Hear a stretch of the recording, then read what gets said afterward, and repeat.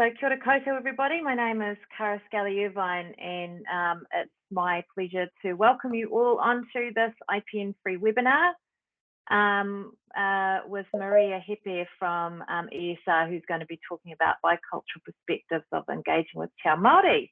I'm going to open with a karakia and then hand the reins over to Maria for the rest of the session. A couple of quick housekeeping matters. There's two ways that you can ask your questions. You can pose them in the chat, although our preference is that you use Slido. Slido is just going to be a slightly more helpful way for us to just monitor questions and resolve them as we go through. You can also, I think you can vote on them, like sums up questions, which is good. Chanel will she will have posted the link to that in the chat, and she'll continue to do that at a few points in time through the session, because anyone who is a little bit late arriving won't see that link. So if you see her pasting it in multiple times, it's the same thing. It's just for the benefit of anyone who comes in late. But otherwise, as I said, I'll get going with the karakia, and we'll look forward to hearing from Maria. Kia whakapapa pūnamu te moana. Hey, oh gosh, I've forgotten it actually. I usually know this one off by heart by now. So let's see. Tātou e te rangi nei, tātou e a tātou katoa. Kui e taikia, kia ora koutou, and welcome Maria, over to you. Kia ora kara. Tēnā tātou katoa, ngā mihi nui, ngā mihi mahana, kia koutou katoa I hui mai ki te whakarongo ki tōku kōrero I te rānei. Ko wai au, I tipu aki au, I raro I te korowai o te tino maunga, ko aoraki, ki te taipautangi, katahi I Pākiki ana au, I reri au I te tiritiri o te moana ki te taone nui o Tautahi kei Waitaha. Ko ngaitahu te iwi, ko ngaitahu te mana whenua o tēnā whenua kamahi. Ko Māori e hipi toka ingoa, he Pākehā hau, ko hipi toka ingoa Marina, ko Jay hipi toka tāne, no ngaitahu, no Waikato Maniapoto, no Te Ati Haunui a Pāparangi Mona Iwi. He kai rangahau ki ESR. Well, kia ora everyone, and welcome to today's session. That was just my pipiha.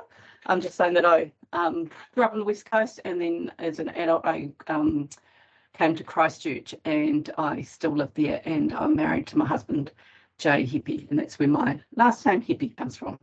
Sometimes people think I'm Māori because of the Hippie name, but no. Right, so today I'm going to be talking on bicultural perspectives of engaging with Te Ao Māori. But so first I'm going to be talking about my background and how I came to be involved in Te Ao Māori and why I wanted to learn Te Reo Māori. So it's quite a personal story. And then I'm going to be talking about key reflections on being involved in Te Ao Māori. That comes from my thesis that I wrote that I'll be talking about later on. And some of the quotes that my participants in my thesis said that when I started to at ESR, I started to do some bicultural research, I started to reflect and think, well, some of what those participants said really resonate with me now. And then I'm going to be talking about some of the process that I've adopted, the tuakana tain approach to working biculturally within research, and then just ending on some reflective quotes that I often think about when I'm undertaking cross-cultural collaborative research, or for people to think about when they are going to engage with Māori. And then we're going to end with some questions. I want it to be quite informal. It is a personal story, so no question is a bad question. Yeah, so I grew up on the West Coast with very Māori interaction or influence. At the time, the West Coast didn't have a marae at all. The first time I heard someone speak Māori was, I went to a small Catholic school, was actually an Irish nun. She came to visit us for a few months and she taught us a little bit of Māori, and all I remember is ka pai and matapihi whaundo. I remember the first time I heard two people converse in Te Reo Māori was in Christchurch, and being quite surprised that the language was still spoken.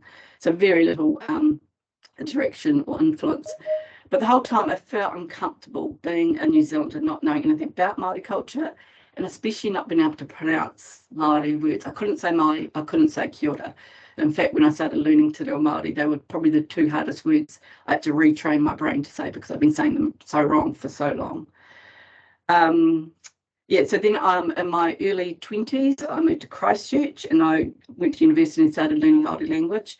Also, you'll see in that bottom picture, it's a picture of me and my young Pākehā son that I had in my early 20s, and I decided to put him into Kohanga Reo, which is a Māori immersion preschool, which is probably quite unusual, probably still is quite unusual. There's not a lot of Pākehā kids that go to Māori immersion preschool or schools, but I really so I probably should jump back to why I want to learn Māori. So I found uncomfortable, but also I had these feelings of like, if I went to France, I'd learn French. Why don't we learn Māori here? It just didn't make sense to me. Also, growing up on the West Coast, if you've ever been there, the landscape is quite powerful. You've got the mountains right there, you've got the rugged bush, and then you've got the sea that's quite, powerful. And I always felt a connection to the land and somehow. And when I learned that Māori had a connection, it really resonated with me. And I thought, really piqued my interest. So I was like, I really want to learn about the culture. So when I went to Christchurch, I was majoring in New Zealand history and was kind of thinking I was taking Te Reo as a side subject, but then I ended up doing a double major. So yeah, so Maria, I put myself into yes. Sorry, just to interrupt. I'm not sure if your internet connection is a little bit unstable, but your image is frozen. So maybe you might like to turn your camera off, and we can only see your first slide. Okay. Right. I'll carry on talking. So yes, so I moved up to Christchurch and started learning Te Reo Māori at varsity, and also put my son into Kohanga Reo. So putting my son into Kohanga Reo was probably my first foray into Te Ao Māori, like learning a language at university, still in a very educational setting, and just learning a language. But Kohanga Reo, like, I remember the first time I went to a whānau hui, and I was just thinking, so, that won't take an hour. Went along and didn't get home till like 10:30 at night. So I had no understanding of, hui and how long they can go in the process of hui, where everyone gets to discuss things until the consensus has come. So that was really important to my starting into going into Te Ao Māori and learning a bit more about it. Also, while at university, I joined, while I was learning Te Reo, I also joined the university kapahaka group. That was probably in my third year, and then in postgrad. That was really important to my understanding of Te Ao Māori as well, because I joined, I made a whole group of friends, and if you could see the slide, you'd see that I would point to now a group of wāhine that we went to university together, we all did kapahaka together, and we're still friends to this day. And, we still discuss things. I'm still learning, as we go, and still in our group chat on Messenger, we still talk about things, Te Ao Māori and tikanga and Te Reo and politics and all that. So they're a really good group that I still, engage with. Please report, Maria, that your slides are showing up now. So don't touch anything. Carry on and just step through. Right. Tara, can you switch to presentation mode, yes, please? I was just going to do that. Is that better? Yeah. So you'll see in the top right-hand group, that's the group of ladies that I'm still good friends with. And also that was really good because, we started, when you join a kapahaka group, often, you get parties and stuff, and it was those discussions that you had then that you probably wouldn't have in a classroom setting. So that really kind of started to make me understand Te Ao Māori a lot more. Then I ended up doing postgrad in Māori, and my thesis was on the formation of Pākehā identity in relation to Te Reo Māori and Te Ao Māori, because one thing, what I found was that I thought I was going to be going to university and learning a language and about a culture, but what I actually learned was a lot about my own culture and my own values and my own worldviews and how they were different to Māori. Before that, I couldn't see them because I was immersed too much in them. And I know some Pākehā say we've got no culture, and that's just absolutely rubbish. We're just immersed in it, we just cannot see it. So that was quite important for me to, so through learning, Te Reo Māori and Te Ao Māori, I got to learn more about myself, my upbringing and my values and culture. Oops. And then at the end of my postgrad, I joined ESR. They were advertising for a bicultural researcher. I thought, might suit that. So I actually got it, so I was quite surprised. And then I started to work on a variety of research projects that involved decision making and tangata whenua, and that was quite a big portion of, well, it's been over about 13 years, about 4 projects up in the Hokianga, and myself and my colleagues did, and that was really good of trying to get my understanding of actually in practice, how do you work and engage with Māori in a research setting. When I left varsity, that was around that time I met my future husband Jay, and we got married a few years later, and as you can see in the bottom picture, I became part of his extended whānau, and they have contributed also to my lived experience of understanding te ao Māori, and still do to this day. So these quotes are from the participants in my thesis, they're not my quotes. And they really, to me, after I started working at ESR and working, with Māori and having other scientists kind of ask me questions, I thought, oh, that person said that in my thesis, and that really resonates. So here we go. So if you read my blog, this is basically the blog, so I'm sorry, you'll probably just get a little bit more ad-lib from me. So the first one is it can be difficult, frustrating being within another culture, not being able to be as loud as in your own. So this person said, I think it is important to remember whether you're going onto a marae or whether you're talking to someone Māori who's got strong feelings about something, to remember that is not your culture, that you're a guest and that you do sometimes just have to take a second, third or fourth best and be prepared for that. And the rewards are many and plentiful, but you can't be as loud and as outspoken as you are in your own culture because it just doesn't wash, and I have learnt the hard way. The analogy I use for this one is thinking about your own family. I think we all criticise our own family, but if someone else criticises your family, you don't like it, because the reason is they don't know the intricacies, they don't know the history, they don't know the politics of your family. So how can they make a judgment? So that's probably the analogy I would use for this aspect. And that can be quite difficult because as researchers and as scientists, we can be quite opinionated because, but you've really just got to step back and know that it's not your place to comment. The second one is it is impossible to know another culture as you know your own. Do not presume that you do or can. So this person said, it is sort of part of me now. I mean, it's over 10 years that I've been learning Māori. The more I fall in love with it, I think it's hard bit thing being Pākehā. In a sense, no matter how much you learn or how much you learn to love it, you are never ever going to be sort of, you are not Māori. I probably should have said at the start, the people that I interviewed, there were about 12 participants, and all of them they hadn't just done a night course, they kind of immersed themselves in the reo and to some extent in te ao Māori. And the analogy I like to use for this one is gender. So you could be a strong feminist man, but you're never going to know what it's like to be a woman because it's not your lived experience. So yeah. This one, although sometimes difficult, it is also very rewarding. You can gain a deeper understanding of issues from dual perspectives. So this person said, it is just like another camera angle. You just see things or understand them in a different way. The glimpses I've caught of them have been pretty cool. And I'm fully aware that they are glimpses in regard to what Māori people can understand and see. And I think it is important to remember that. But all the while, I really appreciate those glimpses and I wish other people could share them too. Another one is, it is almost like you get a binocular vision. You can see that there is another world out there and another way of seeing things, and you get both. And I think that's quite exciting, actually. And that's probably the biggest gift I've got from learning te reo Māori and learning about te ao Māori. As I grew up as a monocultural Pākehā, I just had no idea that there were different world views and people could see things differently. This is something done differently in another culture is not wrong, merely different. There will be valid underlying reasons. So this person said, and so when I'm confronted with the fact that there is a completely rational reason for the opposing te ao Māori view, I'm thinking, wow, we can't both win, but you can. It's just understanding that the views are different but right. Yeah, that would be my greatest gift, really. And this person said, I think I can understand things better that are going on. I can probably make a more informed judgment about some things, and this is important, and I could probably stand back and make no judgment about things which previously I would have thought I knew something about. The analogy I give with this one is tangihanga and funerals. So they're quite different in te ao Māori and te ao Pākehā, as you will know.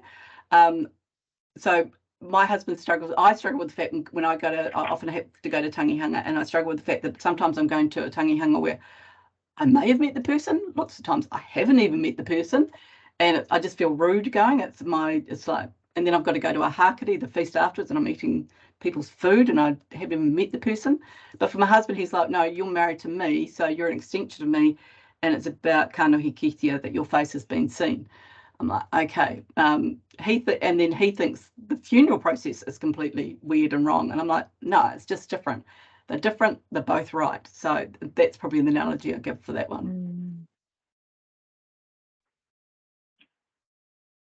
And in order to work effectively within another culture, you have to be comfortable in your own culture. And this quote is from a school teacher. He was Pākehā and he was married to a lady who was Māori, he had Māori kids, but he was a teacher in a bilingual class or classes. I think by actually getting into the Māori world, I think I've actually become comfortable as a Pākehā. I feel really comfortable as a Pākehā, and often we joke about it. Kids call me honky at school. Some of the older classes, you've got a good relationship. They call me baldy and bull bastard and everything else. I throw back to them. I say, man, you want to be a Pākehā. Being Pākehā's choice. And we just laugh about these things. And my world is really a Māori world in many ways, but I feel Pākehā. I'm a Pākehā New Zealander, and I think that is a really comfortable place to be. And this one, you'll often get with scientists that they want to save Māori, they want to help Māori. But when you even start with that, you're putting in a deficit that Māori need help. Māori do not need your help. They just need support and resources from you. So do not aspire to be the knight in the shining armour, rather a resource support for the other culture's own aspirations. So they, Māori, don't need me to help them. But I think it is certainly important that I respect who they are, and I think it is respecting my own inheritance. And then this one, yes, certainly there have been people that have questioned my involvement in Te Ao Māori. I think that's good. I think it's healthy. I think I need to be questioned on a regular basis. If there's no real reason why I should be the person doing this, I should stop. So that's one of the criteria I apply. Are there any other Māori that could do the job? And if there are, then why the hell am I doing it? So yeah, so they were from my thesis. And then these are from the work that I've done at ESR. So this picture is, you'll see myself in the middle, and then to my right is Jeff, who I work closely with at ESR. We did the work up in Hokianga, and then Annabelle joined us. Annabelle Ahuriri Driscoll, she's now at Canterbury University. And she was our kaupapa Māori researcher that she came to join us about 3 years after Jeff and I started doing this work in the Hokianga. And then again, as I said, they were about 3 or 4 projects over about 13 years. We work very closely with Marta. Can you guys see my mouse pointer or not? Oh, no, we can't. Oh, yes, oh, okay, yes, that's yeah, right. actually I can. Oh, you can? So yeah. Marta here, Marta and then Hone, they were our co-community researchers that we work, that were part of our research team. And then in the middle, we've got Gail Tipper, some of you will know, she's a well-renowned scientist from down south. And then Margaret Broadcorn was doing her master's at the time with us. And then on the left is Maui Hudson, who was at the time the Māori development person at ESR, and he was just along for the day to take. Yeah. So often people think that they can learn about culture and things like that through a book, but it's more about hands-on experience. And it's also it's so important when you're working on issues or another culture, it's important to work with people from that culture. There's no way Jeff and I could go up to the Hokianga and do this work. You just can't do that. So we worked in a team with Mara and Hone, and then later Annabelle came and joined us as a kaupapa Māori researcher. So after I did my undergrad, I actually did a year at Teachers College, and because I thought I might be a teacher, didn't want to be a teacher in the end, thank God. And in the educational the sector, they talk about a tuakana taina process. Tuakana and taina, literally, a tuakana is your older sibling of the same gender, and taina is a younger sibling of the same gender. But there's this understanding that both can learn from each other. And they use that in an educational setting. So when we're working up in the Hokianga, I thought, well, we can actually apply this to the research world. So it's about acknowledging different people being the experts at different times, with one learning from the other. So example, when Jeff and I were coming onto the marae, we were the taina, the juniors or the novice, and our Māori community co-researchers were the tuakana. Whereas when it came to writing academic papers, we were the tuakana, as they didn't have the academic experience because they weren't trained. They were community researchers. They weren't academic trained researchers.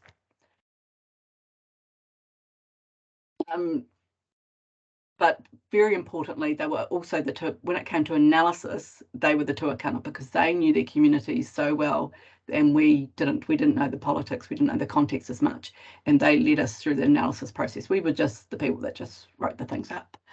So for Pākehā researchers, it is, as I said before, it's critical to have hapu members as tuakana. This is for guidance, manaaki, and relationship building with hapu. As I said before, there's no way we could have worked with the hapu if it wasn't for Mara and Hone. They were the gatekeepers for the hapu. They ensured our trustworthiness to be able to work with information provided from the hapu. And also the fact that Mara and Hone kind of said that we were okay and the people trusted Mara and Hone, that made us okay. As I said, for undertaking analysis of information provided from the hapu, but also it was really beneficial to have other Māori in the team with academic Māori research knowledge and experience, such as Annabelle. And the reason for this, you may remember back, God knows how long ago it was, the warrior gene. Now this came along by an ESR researcher, Rod Lee. He was actually Australian. He came to work for ESR, and his wife was Māori. He was so green and naive in his HRC application. He actually said that he was Māori because his wife was Māori, and he put down her whakapapa, her iwi, as his ethnicity.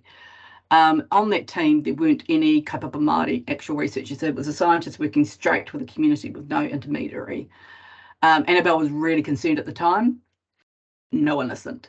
And then we had the big blow up of the warrior gene. So if she'd been involved, she would have been able to advise Rod not to do the things that he did in the end. Whether it would listen or not, who knows? But yeah, but that's it. That's why it's really important that I think that, yeah, it's really good to have a couple of Māori researcher, that it's just not Pākehā scientists and community kind of just working together.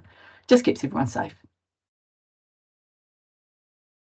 Yeah, and these are the quotes that have kind of come across over the years that I think that everyone as non-Māori can reflect upon. The first one, I don't know where it came from. I don't know where this quote came from, but I think it's quite good.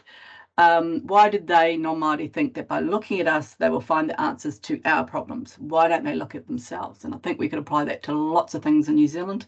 So the educational sector, the health sector, and this is why, you know, we've got the new Māori Health Authority and things like that. Valid Māori history as related by Māori, under the scrutiny of Māori, challenged by Māori, and agreed upon by Māori. And that was by Waingata. And by Miriata Mita, we have a history of people putting Māori under a microscope in the same way as a scientist looks at an insect. The ones doing the looking are giving themselves the power to define. So that's basically my presentation. I know it's not that long. I'm sorry about the technical aspects there. I've just got some readings here that I've co-authored with my colleagues.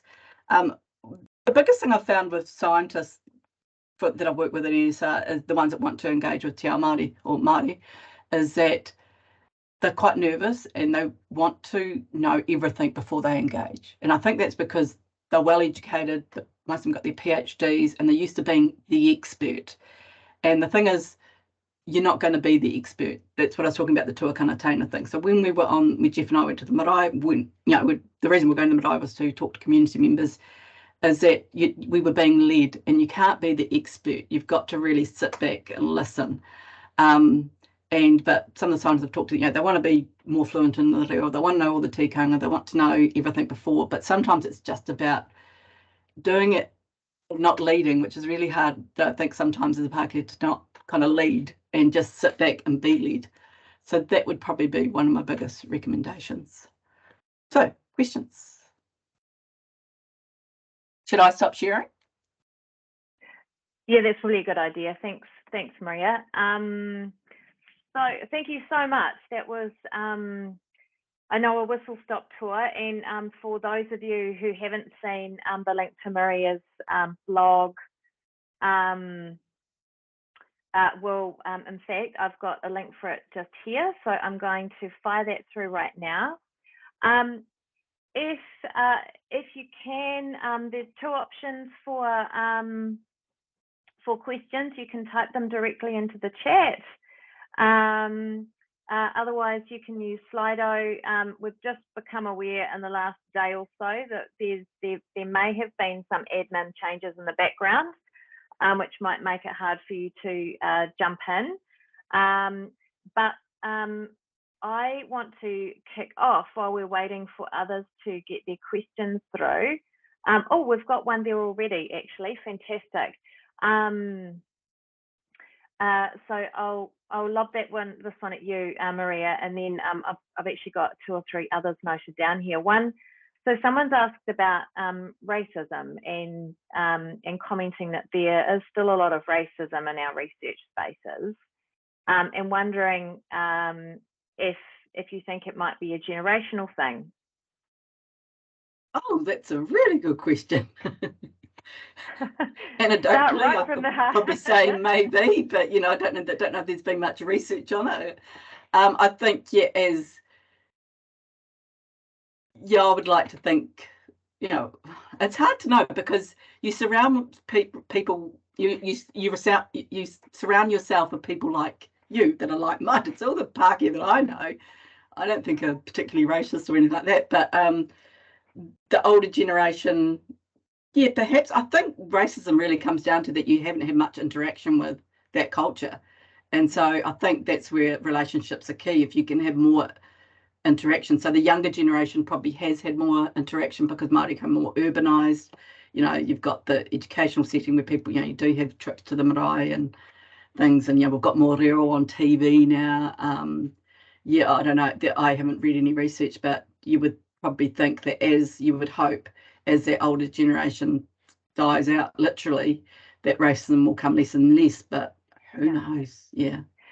So I've got a related question, and it's a world views question. So, which, if I'm going to speak, it's building a little bit on my own experience and journey, but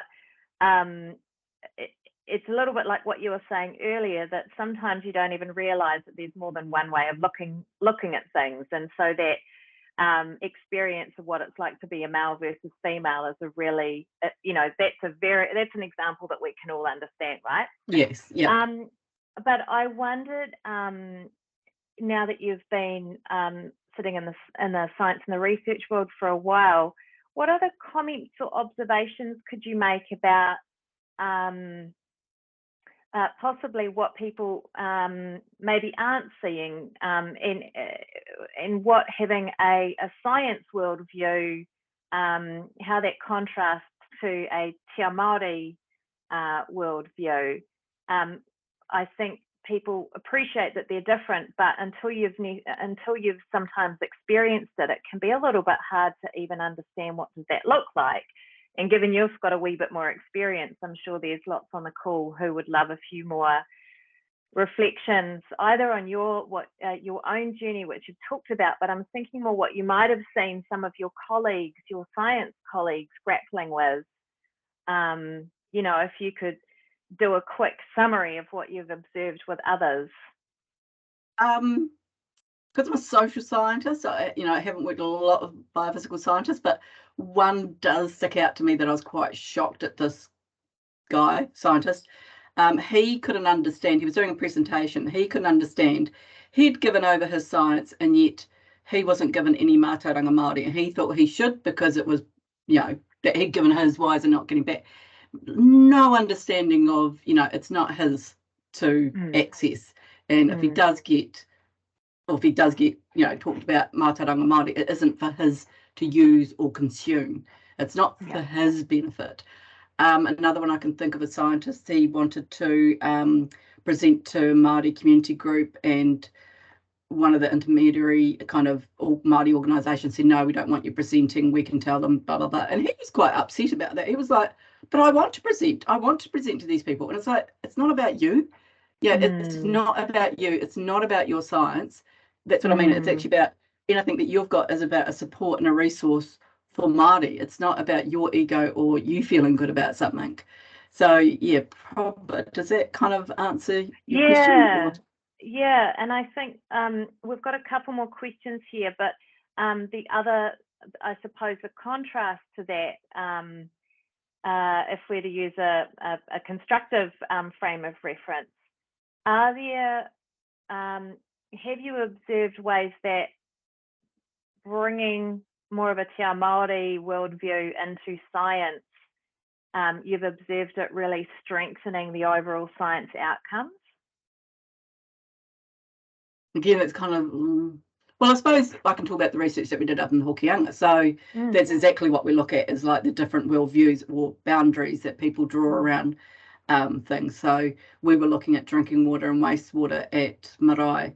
And so, for instance, the drinking water, the Ministry of Health was very much looking at drinking water at Marae as absence of disease, whereas Māori were a lot more expansive in drawing it around self-determination, having, you know, self-determination over their waterways. They also used that project to create employment, and what else? It was an incredible project, what the Māori community was able to do compared to the very narrow view that the Ministry of Health took of just absence of disease, whereas the Māori community was much more expensive, and they got a much better outcome. So they were able to not just bring safe drinking water to the marae, but they actually brought it to the whole community. That wasn't on the Ministry of Health agenda. They didn't think that was going to happen whatsoever.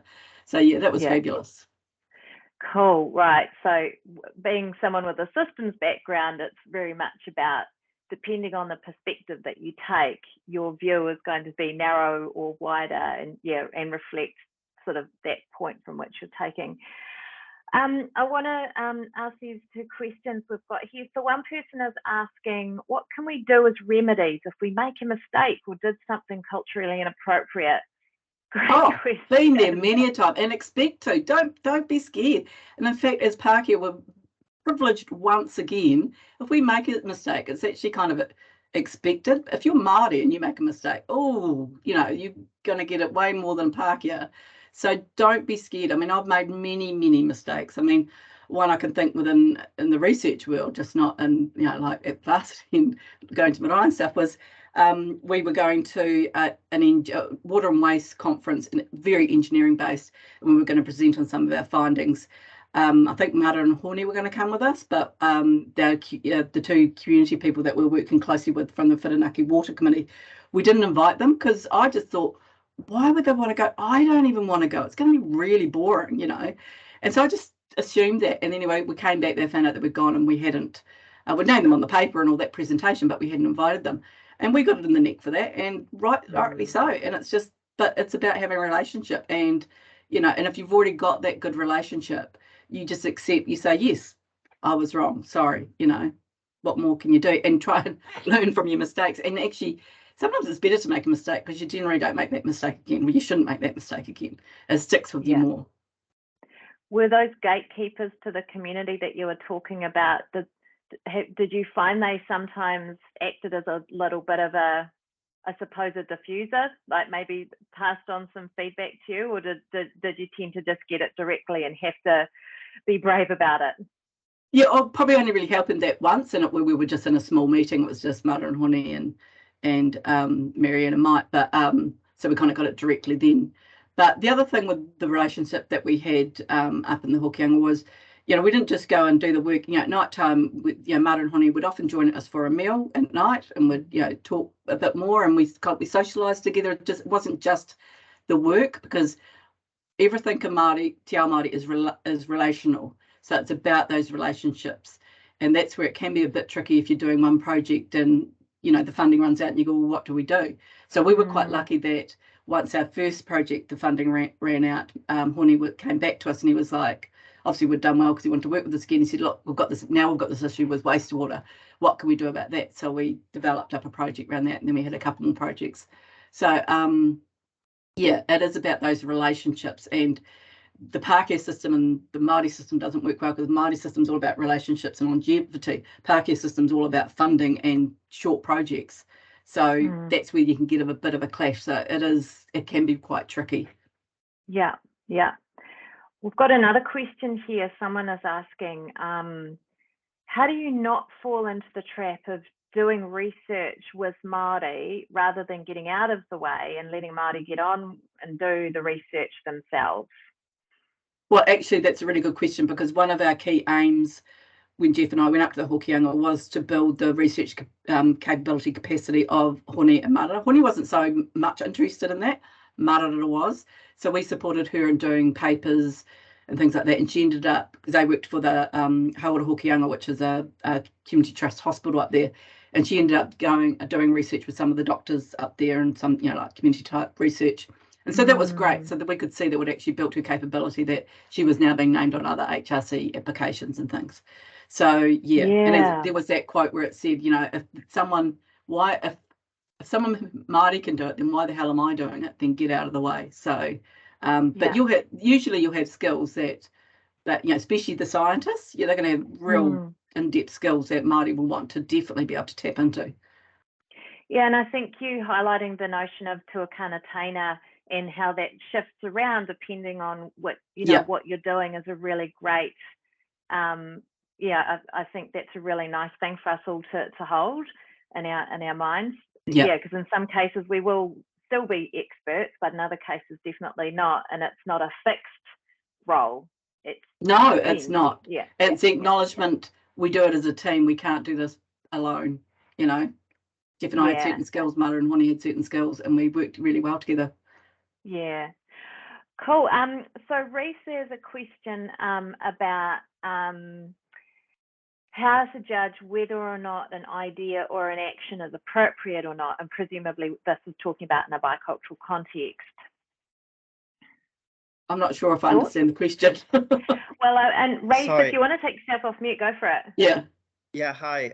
Can you guys hear me okay? Yes, we can. Yeah, sorry. So just a bit of context behind this question, because the chat box was just so small. So I'm from Wales in the UK, and I'm currently in Australia, and I'm going to be moving to New Zealand to start my new position, which I'm quite excited about. So growing up, we had a lot of our culture in Wales suppressed. Yes. And then towards the end of my high school career, they brought back a lot of the Welsh culture, Welsh language studies, and everything like that. And this ties in what you said at the start of the presentation. So I can understand that simply because the English and the Welsh culture, although they're different, they are very similar. So then, taking that and moving to Australia to do my PhD, Australia and New Zealand are quite different places. I mean, for example, the treaty that you guys have, and as a result, from what I've seen as an outsider's perspective, the Maori culture is very intertwined in everyday life in New Zealand, which is lovely to see. And unfortunately, we don't have anything like that here in Australia. So, whenever something comes up, we tend to ask somebody, like a colleague or a friend, and they get quite annoyed about, I guess, to be a bit blunt, being like the poster person for Aboriginal or Indigenous culture. So, my question is, like, for a scientific poster, for example, I did last year, I put some Te Maori words. So, like, for example, introduction methods, I put English and then Te Maori next to it. So I'm wondering if, number one, if that was appropriate, and number two, if I should be doing that, or is that considered offensive because it's not my place to do that, to give that recognition to, like, bilingual kind of thing? Right. Sorry, it's a very complicated question. I know where you're coming from. I mean, I suppose to me it would be what's your point of putting the bilingual? Is there a reason for it? Who's giving you the words? That would be my biggest thing, is like, have you got it translated properly? And so I would, and I know what you're saying, you don't want to annoy your Indigenous colleagues all the time asking them things, because they're just totally overworked anyway, and they're always getting questions here, there, and everywhere. So it is a bit about building our own capability, and this is one of the reasons why this presentation is for today. That's a tricky question. It'd be, I suppose, at the end of the day, I'll be thinking, what's the point of having it bilingual? Was it a bicultural project? Was it not? Who's your audience? Is it just a normalised te reo? That's also a good thing. Yeah, there's lots of nuances to that, Reese. So I don't know. Yeah, so I guess you need to kind of have more of a holistic view on what you're doing, instead of just thinking, hey, I want to be bilingual, I'm just going to do this. Yeah, okay. Yeah, that's great. Thank you. And recognising, I think, everyone's on a learning journey, and certainly from my own experience, sometimes you just have to just be brave and know that sometimes you are going to get it wrong a little bit, like you were Exactly. saying, Maria. Totally. And some people are going to get more cross about it than others. Yes. There is no one perspective. There is a diversity. So sometimes some people will get more cross about it than others, and others will be more appreciative of the effort, a little bit around pronunciation sometime as well. We've got another question here, which I'd love to make sure we get to, which is around planning for impact. So the question is, how would you recommend we plan for genuine impact in the vision mātauranga space while respecting the iwi hapu resource is finite? Resource in what respect? You're talking about money? Or? I'm presuming that people... is about knowing that impact for impact to happen. We know that we can't, the science can't do it. It involves lots of people, but that involvement requires time, often money, all of those things which often aren't readily available to our community stakeholders and partners, which would include iwi and hapu. That's what I'm presuming. Please correct me if I'm wrong, whoever put that question in. That's a really good question. Sometimes impact doesn't have, they can be different outputs. So for one of the projects, their first project up in the Hokianga, one of the things Mara and Horne did was interview some of the kaumātua about kaitiakitanga of the river. And they did it all in te reo, the Hokianga dialect. And that was really important. We never got to see it. We never got to, it wasn't for us. But the impact was for them is that they had this recording of kaumātua in Hokianga reo talking about something really important, kaitiakitanga, about the awa and rivers. And that was a resource for them. And that was going to have for, the mokopuna for forever, So that's an impact for the iwi. So I'd be focusing on, for me at the end of the day, I don't really care what government wants. I kind of actually want whatever, Māori and iwi want, whatever's best for them. So whatever the impact that they're looking for. Another one was that the Whirinaki Māori Committee, the reason they wanted to work with us was they wanted a track record. So they wanted a report of what they'd done so that they could then use that to gain more funding. So the fact that we wrote up this report and was able to give it to them, they then used that for Housing New Zealand to say, yes, we can handle contracts and stuff. And they went on and did up state housing and stuff like that. So impact can be done in many different ways. So sometimes it's not just about the funding, it's about thinking a bit more creatively. And usually you'll get that from talking to your Māori communities to say, what is it that you want from this? Because everyone needs to get something out of it, really. Yeah. So we've got what I would describe as a kind of a related question from Cornell in the chat saying, wondering what your perspective is on waiting for a response from Māori on inputs into various projects. That is there a respectful time to wait? Is not hearing telling you something? Yes, it is telling you something. They're not really interested. So this is the problem. It's kind of the catch-22. We're all being told now, you've got to engage with Māori, but then Māori is too busy doing, and it may not be their priority. Maybe your priority, your science, and I know you love your science, but it just may not be theirs. So the biggest thing I can say that never do a tack on and never ask at the last minute. Always, if you're going to be working with Māori, you need to do it at the start of the project, not when you've written it and then go, can you input on my vision mātauranga Māori bit within my bit? That's just a big no-no. If you're getting silence, my biggest thing would be ring someone. Do not email, do not whatever, because sometimes, and it's happened to me before, haven't got anything by email, give them the ring, or sometimes I've just turned up and then had a great response. So it's just different mechanisms. You're more likely to get a response through the phone or face-to-face than you are through an email. But always email first, just be polite, but yeah. Yeah, and I think that's certainly been my experience as well. With another hat on, making those phone calls is the way to get an answer, because the emails, any of us know how full and crammed up our inboxes get, and it's just impossible to keep on top of them sometimes. So having people's phone numbers is a really good thing. I've got I've got a question as I was listening to you, and this is, I suppose, asking you to observe at more of a systems level, recognizing that you're an ESR, so you've got just a perspective, but could you describe what you think are some of the biggest sort of tripping hazards, if you like, in this area that scientists and CRIs might be sort of wrestling with now to try, we're getting the message we need to do better. Lots of people are trying to do better, but many people might describe it as a bit of a muddling through. Some people with better advice than others. So are there any kind of big tripping hazards that you've seen that, so one good one I think you've given there is don't leave that input to the last minute. Like that's a big no-no. Any other kind of just useful tidbits of advice that you might pass on in that regard? Yeah, as I said, I think having a kaupapa Māori research, if you have one, have them involved. I mean, it's invaluable.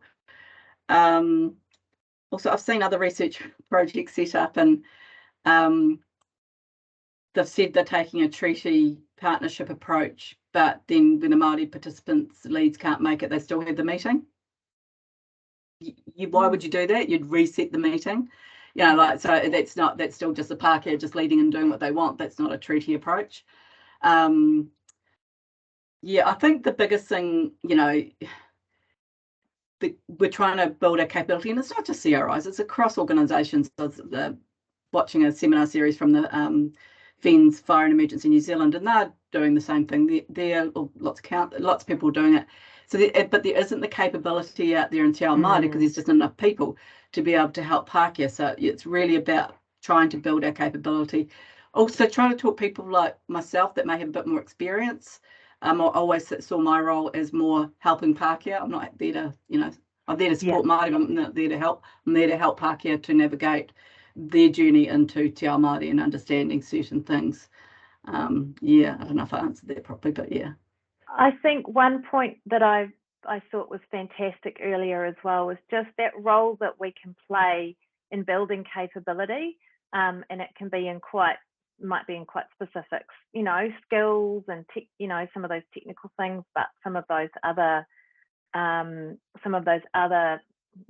softer skills, as you would say. But I think that was something I thought was really great to highlight, is recognizing that we all have a role to play in building capability, and that we it's something that we're hearing a lot, is that capability golf, and so little bit by little bit, those are all good ways to do that, and so that that's sort of the benefiting everybody.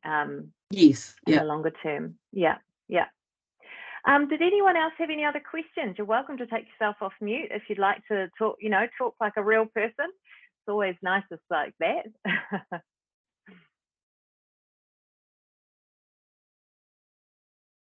Tracy, did you have anything? I just wanted to really thank Maria for her open and very forthright sharing of your history, Maria. And it's been a while since we worked together on the Future Foods project with Karen Cronin, but it's lovely to see you again. And as you know, this is a huge challenge for your colleagues in ESR and ours, all wanting to be helpful. And you've certainly given us some fantastic guidance on how to be helpful, how to be genuinely helpful. So on behalf of IPEN, I really wanted to thank you for doing what many people working in this interface do. They have their own career, but they put so much back into the careers of others. So we really appreciate your time today. Thank you so much. Thank you, Tracy. Ngā mihi nui. Ngā mihi. I think my only last observation is I think you're aware the IPEN group, a subset of us have been doing a bit of a systems analysis around barriers and enablers, and not only, but definitely, volume on maximum, the role of relationships and just how important they are in us being able to do great science and great research. It's not only in that Te Ao Māori perspective, but it's so much more so there. And so really, I think if people can just know that it's playing the long game, and we are working with people. Exactly. It's not a transaction. It's a No, it's a relationship. Yeah, exactly. Yeah. Hey, look, I would just want to say a huge thanks once again to you, Maria. As Tracy has already said, we will. I've posted the link to Maria's blog, which captures all of this in it, but we'll certainly share that out to everybody again. Get in touch if you've got any questions. Otherwise, keep an eye out. We'll have another free webinar in a month's time, which will hopefully be on kind of some giving you all an insight into some of the different ways that program logics can be developed and used and presented and things like that. So we hope to see you all then, and we'll get the links to that out hopefully next week. Otherwise, massive thanks, Maria. Really appreciate you taking the time out of your day to speak to everybody. And it looks like everyone's had a really great session. So thanks, and thanks for being patient through the technical glitches as well. All right, kia ora koutou, go well everybody, and we'll see you again soon. Mā te wā. Good night.